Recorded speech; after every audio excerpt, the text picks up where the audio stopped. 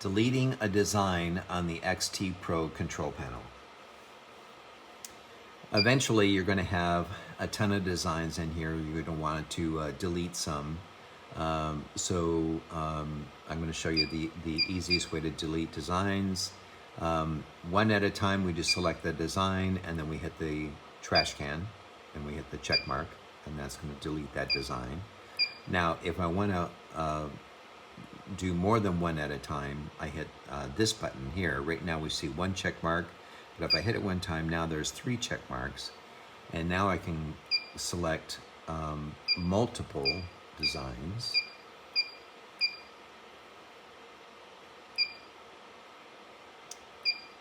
Okay, so it's going to be on each page. Oops.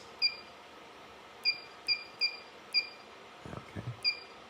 And then I hit the trash can, and now all of those designs will be gone.